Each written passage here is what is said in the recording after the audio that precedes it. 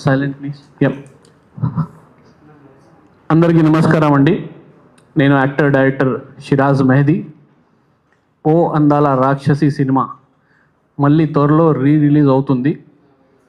దాని గురించి నేను చాలా ప్రెస్ మీట్లు, చాలా ఇంటర్వ్యూలు, చాలా వీడియోస్ కూడా ఇచ్చాను ఆల్రెడీ. అంటే ఇది ఒక కాంట్రవర్సీ కాదు, ఇది ఒక బాధ. ఇది ఎవరికి రాకూడదు అని నేను కోరుకుంటాను ఫస్ట్. కానీ పర్లే, కానీ ఈ బాధ ఎందుకు వచ్చిందో, ఇంకా వేరే వాళ్ళకి ఎందుకు రాకూడదో, ఇక్కడ ప్రాబ్లం ఏంటి ఇండస్ట్రీలో, యాక్చువల్గా ఈ సమస్యలు ఏంటి, ఇవాళ కొంచెం నేను బ్రీఫ్గా చెప్తాను మీ అందరికీ అర్థమయ్యేలాగా. ఎందుకంటే చాలామంది కొత్త వాళ్ళు సినిమా ఇండస్ట్రీకి రావాలని కోరుకుంటారు కదా, అంటే అనుకుంటారు. పాపం వాళ్ళకి కోరికలు ఉంటాయి, చాలా హోప్స్ ఉంటాయి.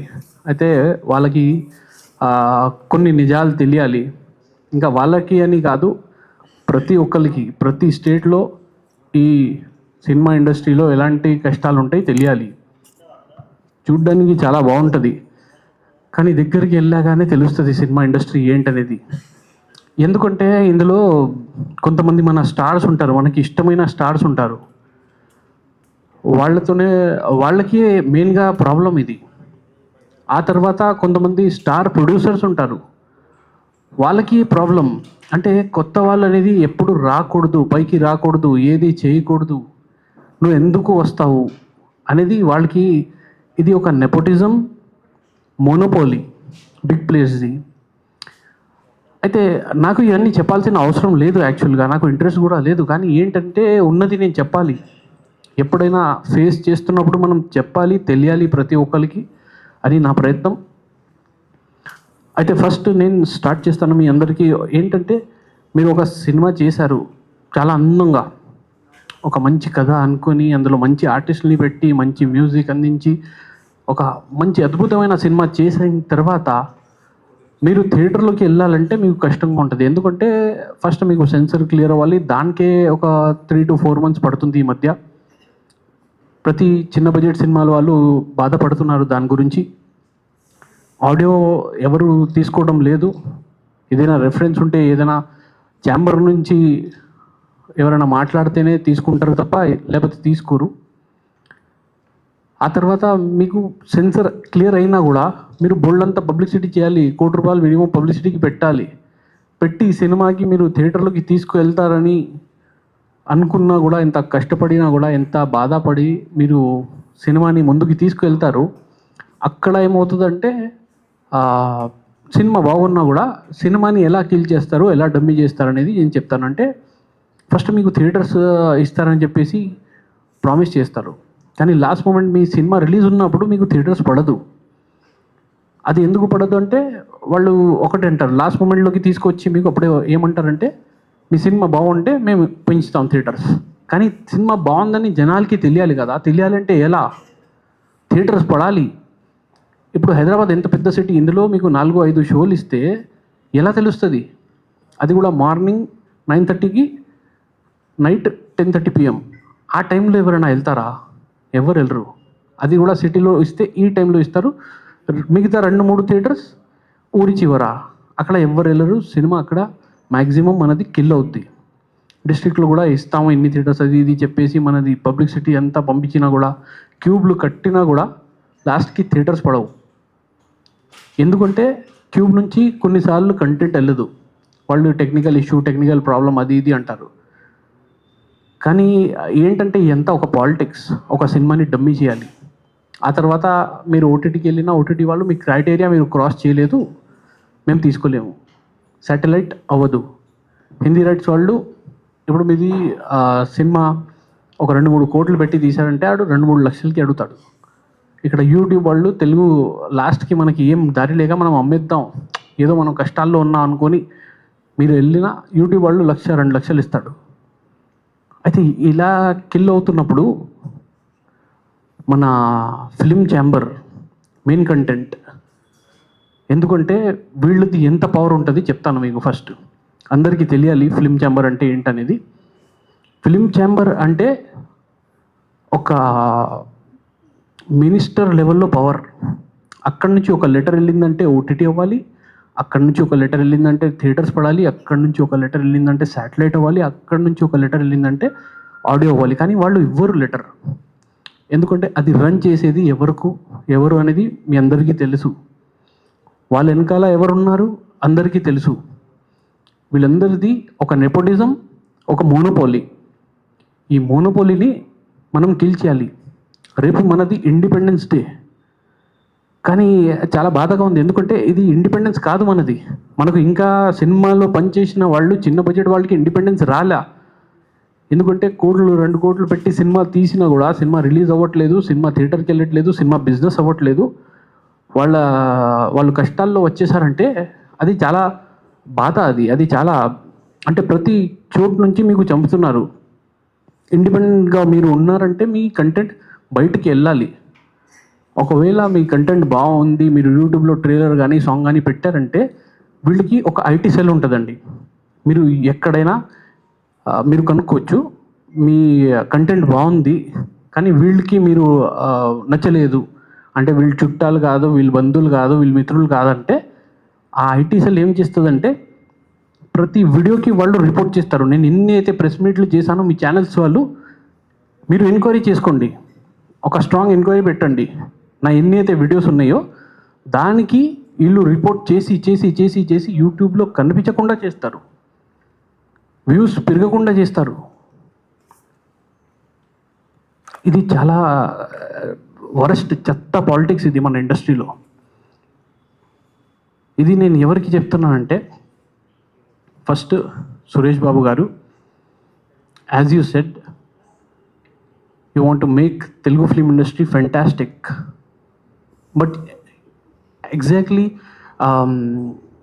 you don't want to make fantastic. You want to make fantastic, but in your way. What is your way? Small films should not release. Okay, that should stop. Small filmmakers should be killed. Okay, this is your fantastic way, but we don't want this all. Okay, because this is really very painful for filmmakers, Telugu filmmakers, small budget makers. They are suffering a lot. Okay, so we don't want you as a president in Telugu Film Chamber. We don't want TFCC chairman mana Bharat Bhushan garu. We don't want Bharat Bhushan garu also, because if you can't do anything for Telugu filmmakers who are making a good film, content film, okay, then you don't deserve to hold that position. You should leave. వేరే వాళ్ళైనా రావాలి, వాళ్ళ ప్లేస్లో ఏదో ఒకటి చేయాలి. ఎందుకంటే ఏ cinema అయినా కిల్ అవుతున్నప్పుడు ఒక సబ్సిడీ అనేది ప్రతి చిన్న చిన్న ప్రాంతంలో ఉన్నాయి, కానీ ఇక్కడ సబ్సిడీ అనేది లేదు. ప్రపంచంలో ఎక్కువ సంపాదించేది మన తెలుగు ఇండస్ట్రీ. ప్రపంచంలో అంటున్నా నేను, ఇండియాలోనే కాదు, ప్రపంచంలో హాలీవుడ్ కూడా ఎంత సంపాదించరు అంత తెలుగు ఇండస్ట్రీ వాళ్ళు, మన వాళ్ళు సంపాదిస్తున్నారు. గవర్నమెంట్ నుంచి కూడా లాభం తీసుకుంటారు ఎఫ్డిసిలు వాళ్ళు. ఇక్కడ క్యూబ్ యూఎఫ్ఓ అంటే దారుణం. ఎంత దారుణం అంటే మీకు ఒక్క వారానికి 12,000. అదే మీకు బాంబే కానీ వేరే ప్రాంతంలో మీరు వెళ్తే 4,000, 5,000. ఎంత తేడా ఉంది. అది కేవలం 2,000కి కూడా వారం పెట్టినా కూడా మీకు లాభమే అది. అయినా మీరు అంత 10,000 వారంకి ఒక్కొక్క థియేటర్కి అంటే వేల థియేటర్స్ ఉన్నాయి. నెలకి 100 కోట్లు తింటారు వీళ్ళు. అడిగేవాళ్ళు ఎవరు లేడు. మన సీఎం గారు మన హీరో గురించి మాట్లాడితే ఆయనకి వాళ్ళు ఎలా కవర్ చేశారో, ఎలా గ్రాప్ చేశారంటే, ఆయనకి ప్రతి ఫంక్షన్లో పక్కన నిలబడబెట్టి మాట్లాడుతున్నారు. పాపం ఆయన కూడా నవ్వుతున్నారు మన సీఎం గారు. మన సీఎం ఫస్ట్ సీరియస్ అవ్వాలి. మన రేవంత్ రెడ్డి గారు బాగా సీరియస్ అవ్వాల్సిన విషయం ఇది చిన్న విషయం కాదు సార్. నేను ఆల్రెడీ వీళ్ళకి ఏదైతే నోటీసులు పంపించానో అలాగే మీకు కూడా పంపించాను. అది ఏంటనేది, ఏం జరుగుతుంది ఇండస్ట్రీలో అనేది నేను సీఎం మన రేవంత్ రెడ్డి గారికి కూడా నేను తెలియజేశాను.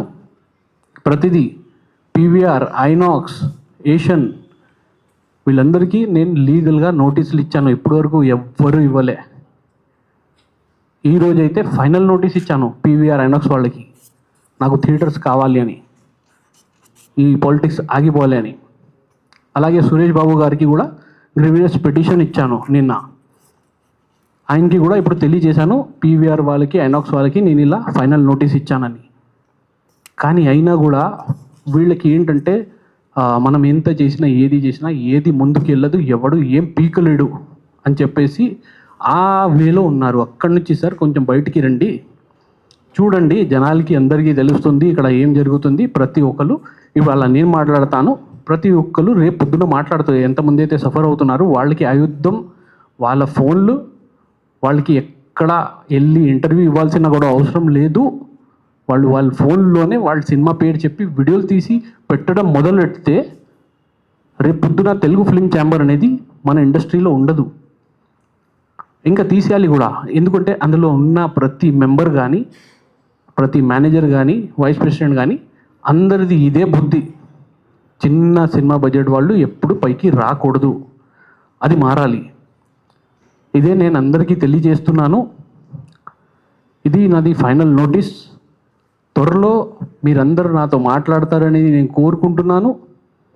నేను ఎవరితో నాకు ఏం ప్రాబ్లం లేదు, మీ అందరితో నేను ఇప్పుడు మీ పేర్లు చెప్తున్నాను, ఇది చేస్తున్నానంటే మీరు అక్కడ పొజిషన్లో ఉన్నారు కాబట్టి నేను చెప్తున్నాను. లేకపోతే పర్సనల్గా వ్యక్తిగతంగా నాకు ఎవరితో ఏ ఒక్కరితో ఏం ప్రాబ్లం లేదు. నేను నా లైఫ్లో చాలా హ్యాపీగా ఉంటాను, చాలా మంచిగా ఉంటాను. కానీ నా వర్క్ మీద వచ్చి ఇలా కొడుతుంటే నేను తట్టుకోలేను, వచ్చి నేను మాట్లాడాల్సిందే. ఒకటి కాదు, ఇంకా 100 ప్రెస్ మీట్లకి నేను సిద్ధంగా ఉన్నాను, నేను చేస్తాను, నేను ఆగను. ప్రెస్ మీట్లైనా ఇంటర్వ్యూలైనా. ఇక్కడ నాకు ఛాంబర్లో కూడా అంటే ఛాంబర్ కూడా ఇవ్వమని చెప్పారు, ఎందుకంటే ఆల్రెడీ 2 సార్లు పెట్టాము, ఇంకా ఇవ్వలేమని. సార్ ఇది ప్రొఫెషనల్గా నేను సినిమా గురించి మాట్లాడుతున్నాను, సినిమా బాధలు చెప్తున్నాను, ప్రతి ఒక్కటి ఎవిడెన్స్తో సహా నేను మాట్లాడుతున్నాను. ఎంత మాట్లాడాను ఈ రోజు వరకు మీరు ఒక్క మాట కూడా మాట్లాడలేరంటే మీరు తప్పులో ఉన్నానని అర్థం. లేకపోతే నేను ఇన్ని ప్రెస్ మీట్లు చేయలేను, నేను కాదు ఎవడు చేయలేడు. మీరందరూ తప్పులో ఉన్నారు కాబట్టి మీరందరూ మూసుకొని ఉన్నారని అర్థం. అయితే మీరు తప్పులో ఉన్నా కూడా నేనేమనుకోను, నాకు అవన్నీ కాదు. మీరు డైరెక్ట్గా నాతో మాట్లాడాలంటే మాట్లాడండి, నేనేమన్నాను. దీనికి పరిష్కారం మీరు తీసుకురావాలంటే నాతో డైరెక్ట్గా మాట్లాడే, అక్కడికి ఇక్కడికి వెళ్ళి మాట్లాడతా అంటే కుదరదు. ఇంకా ఇదే నేను తెలియజేస్తూ అందరికీ ధన్యవాదాలు తెలియజేస్తున్నాను. థ్యాంక్ యూ అండి.